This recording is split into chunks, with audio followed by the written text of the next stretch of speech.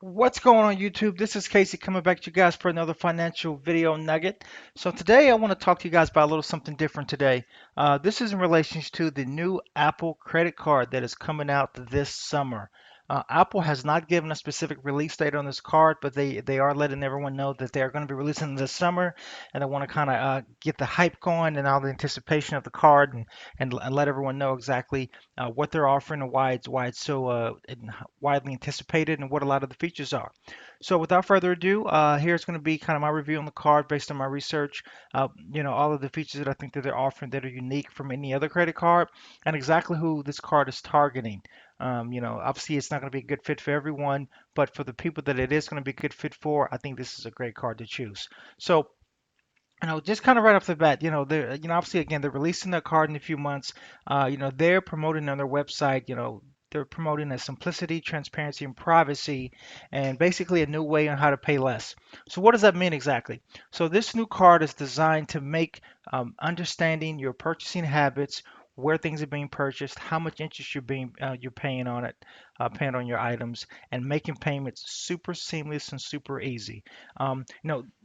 They're also offering a really, really great cashback option as well that a lot of credit cards, do offer, but not quite as good as the new Apple Card. So what Apple is doing right now is on this new card they're going to be releasing, they're going to be offering cash on every single purchase that they're calling the daily cash.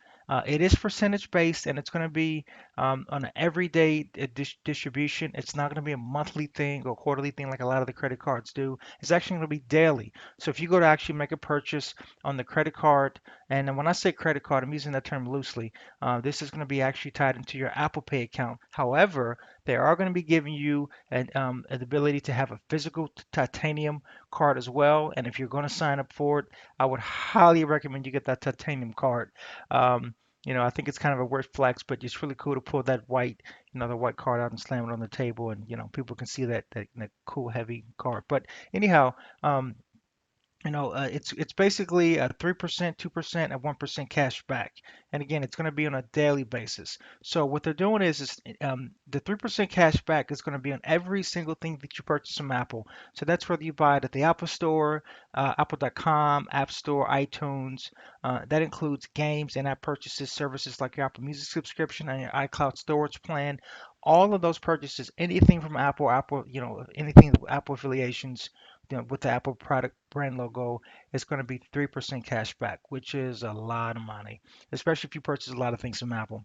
Everything else is going to be 2% cash back. So every time you use something using your Apple Pay specifically, not the card, but Apple Pay, and that's in every single category, there are no limits. You're going to be getting 2% cash back on every single thing. Okay. And then also, again, that's Target, Walgreens, Lyft, doesn't matter. And then you're going to get 1% cash back on everything else. So if you come across a store or website that doesn't take Apple Pay yet, the Apple Card will still give you 1% of your purchases. So that's basically the physical card. So obviously, there's an incentive that Apple's pushing for you guys to use the built-in seamless Apple Pay, which I think most people will be using. A lot of the cool benefits as well. There are no annual fees.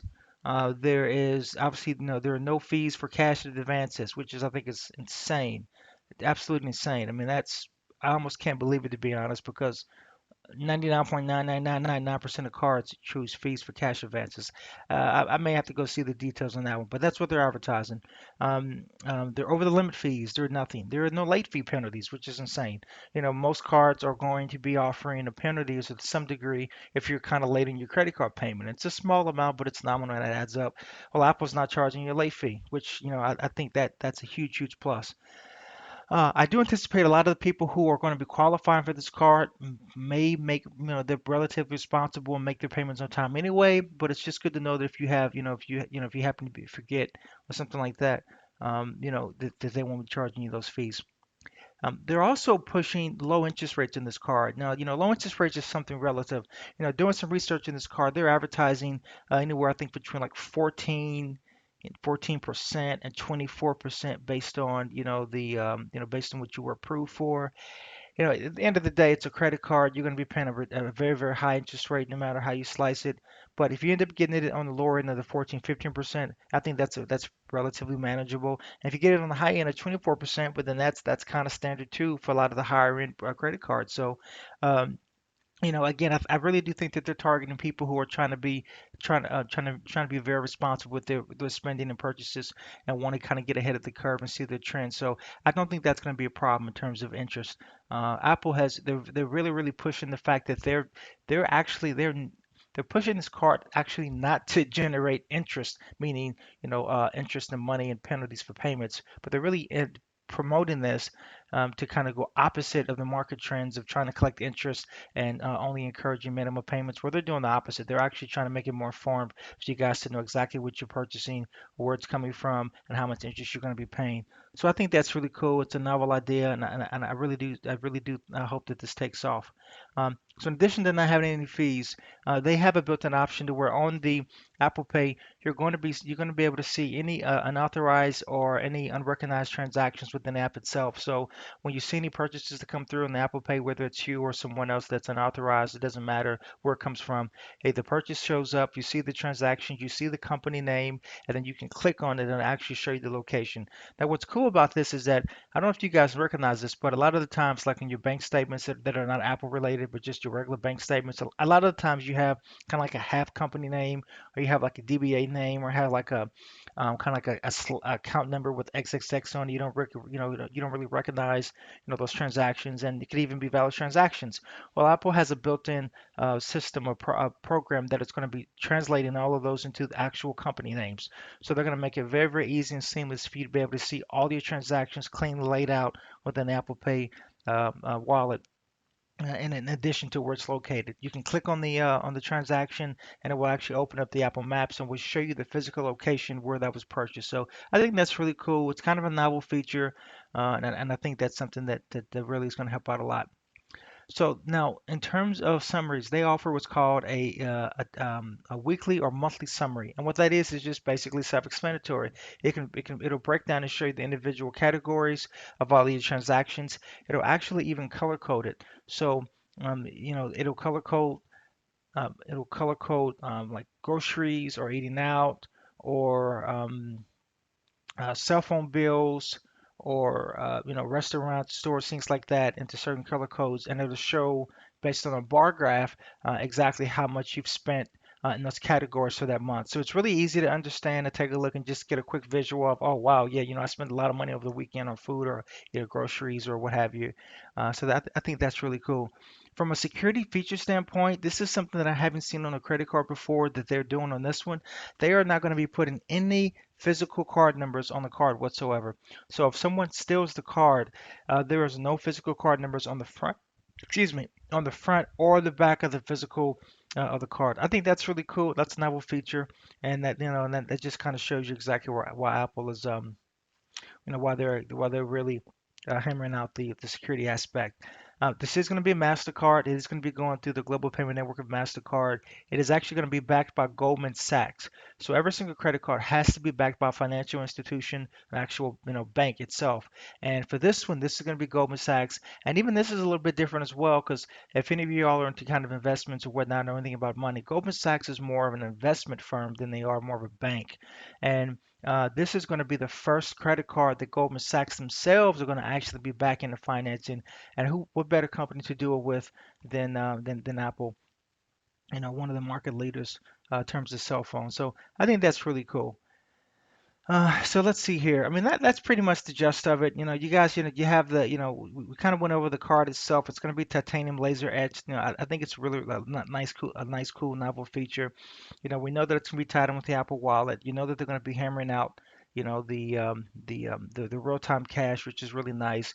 They're going to be laying out exactly how much. Oh, I'm sorry, I left out that feature as well. When it comes to actually making your purchases, what they're doing is they're allowing you to make your purchases kind of like a circular graph, and as you're moving the finger slide around real time, it will be showing you exactly how much interest you're going to be paying on that particular purchase and how much more money you need to increase to not do interest. That's very cool because I don't know if you know this, but most credit cards, almost all of them, when you go to make a purchase, it just basically shows you your minimum payment. and then it doesn't show you how much more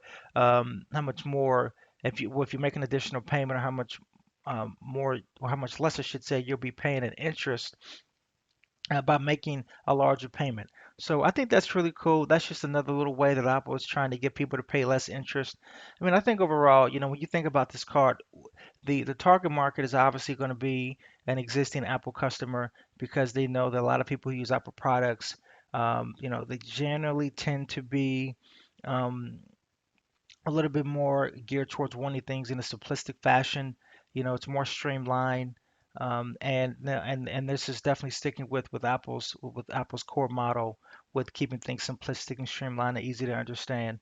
There is going to be a qualification, because it is a regular credit card, so you will need to qualify for. There are stipulations. There are going to be credit limits based on your individual financial situation. Overall, would I use this card? Would I subscribe to the card? I would subscribe to the card, and the reason that I would is because, just in general with credit cards, the overall credit card market is very complicated. It's very complex. Apple obviously has identified that, and they're attempted to do something about it. If you're having issues keeping up with your purchases, if you're having issues, like going online a lot of the times and looking at your statements and going into the categories and whatnot, that's time consuming. It's a little nerve-wracking as well.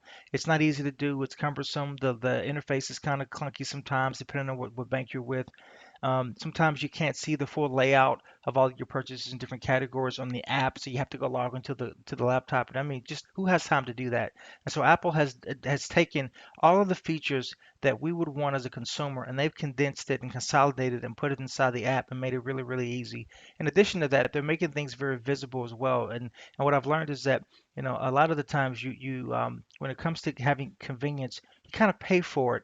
I would expect for this card to have some kind of annual fee attached to it, or there would be some kind of late fee, consider that they give you payment reminders when your payment's coming up due 7 days or 4 days or 3 days. It little pops up on your phone, say, hey, you got a payment due, you got a payment due. It's really, really easy to not miss payments on this, and to know exactly how much you're paying, and to see your spending habits. And they're not charging fees. So I have actually signed up myself. I do anticipate getting the card once I get notified that it's going to be coming out. I'm really looking forward to using it. I won't lie to you guys. I'm not a huge Apple person, and it's not because I don't like the product. I think Apple's a great company. I own stock in them. I'm an IT guy, and I never ever have to fix Apple devices because they just work, which is a great thing. Um, for me, I think this is going to be a good transition to kind of get into the Apple ecosphere, Apple to the Apple, ecosphere a little bit, at least from the financial side. And yeah, I think if you guys are going to qualify for the card, I think this is a good card to try out. At least take a look and see if it is actually helping you in your spending. I'd love to see someone get the card and then maybe reach out to me and let me know if it's helping you guys with your spending, if it's helping keeping your money down, keeping the amount of money that you guys are spending on your interest down, and just overall how you feel about the card. Are you guys getting any kind of comments or feedback on it if you're using the physical card and whatnot? So thank you guys so much for tuning into this. Hopefully you guys found this review very beneficial. Hopefully you've signed up for the card, and I'm looking forward to it coming out. And I guess I'll be doing a follow-up review in a few months once I get it, and we'll go from there. So thanks again for tuning in. Oh, by the way, if you guys haven't already done this, I was told that a closed mouth doesn't get fed, and I believe that to be true. So if you have not already, hit that like and subscribe button. Please leave your comments, questions, concerns, all that stuff down below. Let me know if I left something out as well. And if you guys aren't aware, this is a financial channel. We're going to be going over every single thing related to basic finances, how to make your life easier on a regular basis with spending and saving and investing, and just all the stuff that isn't sexy but actually gets you to the financial independence and the ability to be able to afford these very nice, high and expensive Apple products without having to finance them but paying cash. So that's what this channel is about: financial freedom, education, and just overall just knowledge of finances and things of that nature. So hit the subscribe, like button, and thanks for tuning in. Take care.